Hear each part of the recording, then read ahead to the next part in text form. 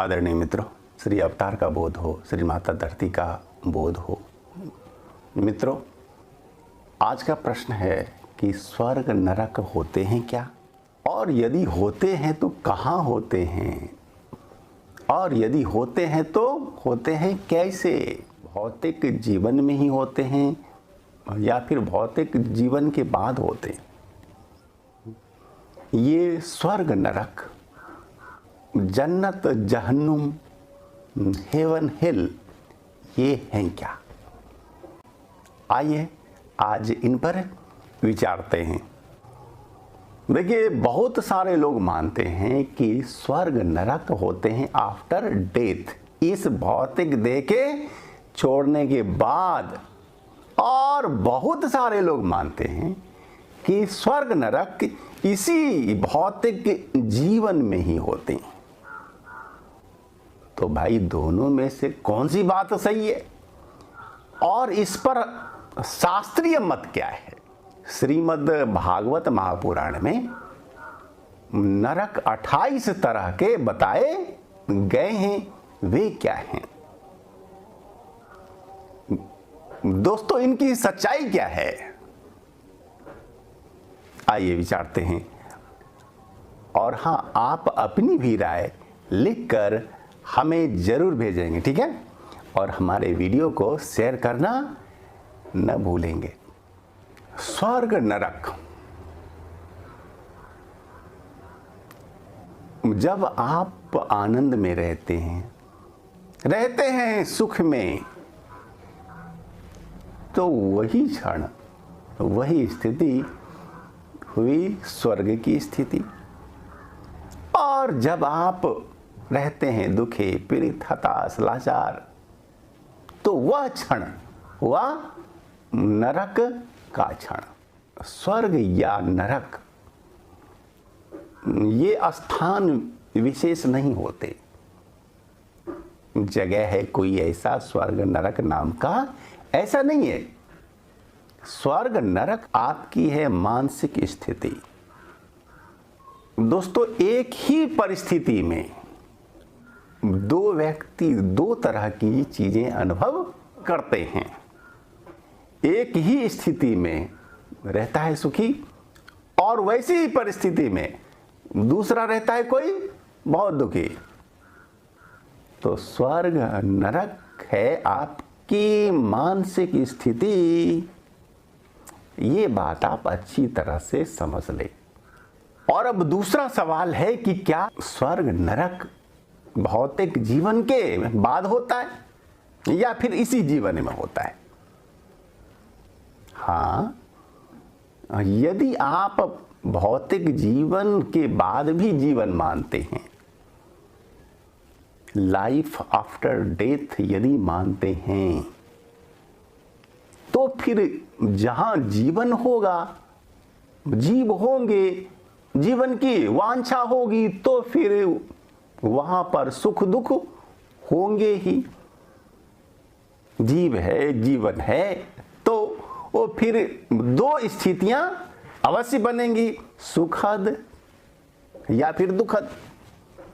और सुखद ही स्वर्ग है, दुखद ही है नरक।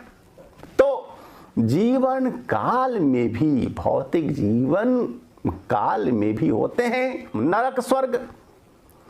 और यदि आप इस भौतिक जीवन के बाद भी मानते हैं कि होता है जीवन, यदि मानते हैं कि सूक्ष्म लोक है, सूक्ष्म शरीर है, और अब आप उन 28 प्रकार के नरकों के नाम भी जान लें।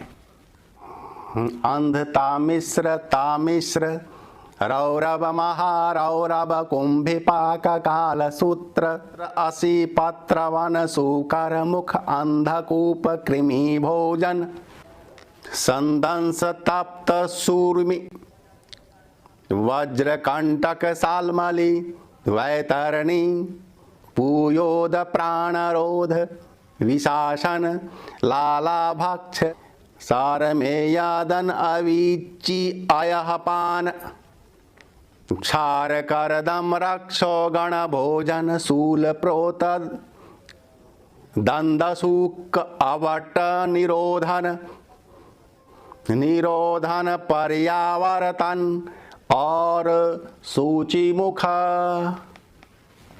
मित्रों, ये 28 प्रकार के नरक श्रीमद् भागवत महापुराण में बताए गए हैं। विभिन्न पाप कर्मों के विभिन्न प्रकार के होते हैं और नरक की यातना बड़ी ही त्रासदायी पीड़ादायी होती है। यह सूक्ष्म शरीरधारी जीव को भी मिलता है और यह स्थूल देह में भी हो सकता है प्राप्त। यह बात बिल्कुल जान ले, मान ले कि हर क्रिया के बराबर और विपरीत होगी ही प्रतिक्रिया। यदि हमने बुरा किया है तो हमें उसका बुरा फल अवश्य मिलेगा। हाँ, वह फल मिलेगा कब?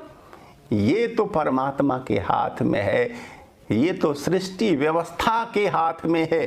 जो शक्ति सृष्टि को संचालित है कर रही। आप देखते हैं ना, समय पर सब कुछ हो रहा है, नियमबद्ध है ये सृष्टि। ये सृष्टि नियम से, संविधान से चलती है और जो भी संविधान का, नियम का करता है उल्लंघन, उसे तो दंड मिलता ही है और मिलना बिल्कुल सहज, स्वाभाविक है, आवश्यक है और अनिवार्य भी है। हाँ, किस कर्म का फल मिलेगा कब? आज, कल, परसों, अगले जन्म में या फिर सूक्ष्म लोक में, ये जाने परमात्मा, ये जाने सृष्टि व्यवस्था, ये जाने सृष्टि का संविधान। लेकिन होना, मिलना है तय, ये आप जान लें और मान लें। और अगर आपने अच्छा किया है तो उसका भी फल मिलना है आपको, इसमें संशय नहीं है। चाहे जब मिले, लेकिन मिलना ही है। होता क्या है कि यदि अच्छे बुरे कार्य का फल तुरंत नहीं दिखता है लोगों को, तो फिर सामान्य मानवीय बुद्धि को संशय होने लगता है कि अच्छे कार्य का अच्छा फल मिलता है क्या, या फिर बुरे कार्य का खराब फल मिलता है क्या। संशय होने लगता है। लेकिन जो समझदार लोग हैं, जिन्हें चेतना की समझ है, सृष्टि संविधान की थोड़ी सी भी है समझ, वे जानते मानते हैं कि हमें फल मिलना ही है, मिलता ही है। और मित्रों, स्वर्ग नरक ये रियल में मानसिक स्थिति है। जो भी आपने किया है, हमने किया है, वो सब कुछ हमारे मन में रिकॉर्ड है, क्यों है ना। और मन हमेशा हमारे साथ रहता है।